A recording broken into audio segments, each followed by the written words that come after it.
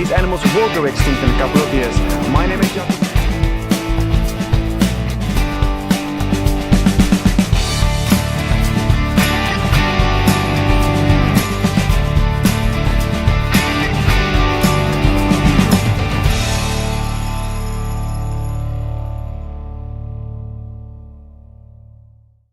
Hey guys, my name is Jaco Winnings and this is my very first episode here on Nature's Voice.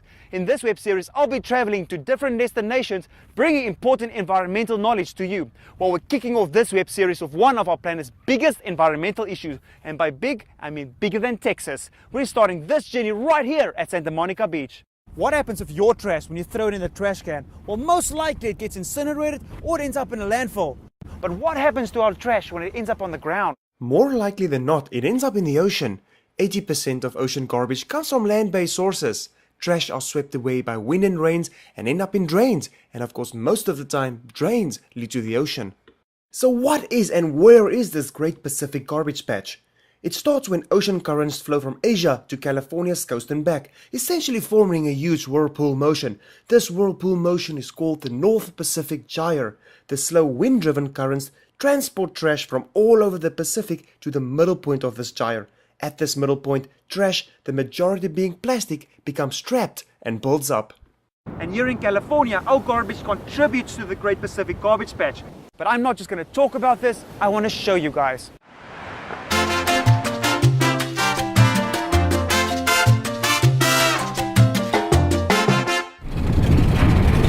It's a really hot one in Hawaii, and we're driving to find this beach that I researched, and it's called Camilo Beach, and it's basically where the Great Pacific Garbage Patch accumulates when it hits land. And I don't know exactly where it is, as I only saw it when I was home on Google Maps, but right now I know it's in this direction. We can't drive any further right now, so I'm going to try and find it by foot. We'll see what happens. After an extensive few-hour hike along the wind-battered coast, we found ourselves in a part of Hawaii where tourists and palm trees fade away. Walking here, we saw what it looked like when this garbage patch struck land. I brought you to one of the most beautiful places in the world, where tourists flock in the millions for exotic beaches and island vibes. But this is also a gathering point for the Great Pacific Garbage Patch. Welcome to the south coast of Hawaii. On the beach, big pieces of plastic and debris are strewn around everywhere. But it's only until you take a closer look that you see the much bigger problem. It's important to understand there's no mountainous heap of trash floating in the middle of the Pacific like you might think. It's these and much smaller bits of plastic suspended at or just beneath the ocean surface that proves to be the real threat. Being so small, it's impossible to clean up and extremely hard to study. The area is said to be twice the size of Texas. Now, the reason there's such a high concentration of plastic bits in the ocean is because plastic don't biodegrade, it photodegrades.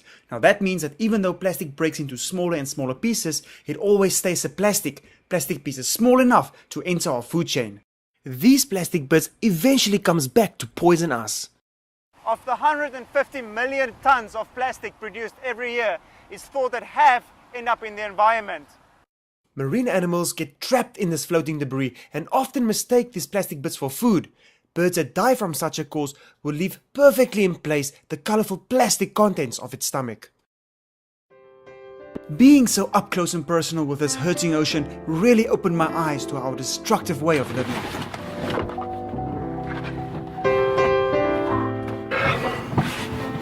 So I didn't know what I was going to find being Hawaii. We saw the plastic, we saw the consequences of our plastic dependent life, and now what? What are we going to do to fix this? It just baffles me that we as a human race are solemnly responsible for what we just saw. And I think the one thing how we can help this problem is just refusing single-use plastics. I mean, you get the 3 R's, they say reduce, reuse and recycle, and there needs to be a 4th R where we are refusing it. Anything you use once and throw it away. Every single piece of plastic ever created still exists somewhere on our planet. Well, let's get out of here.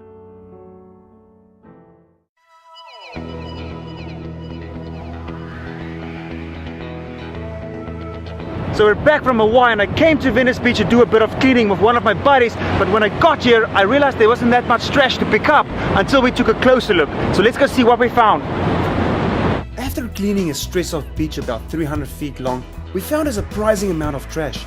It was clear that the trash was washed up from our oceans and wasn't left behind by people.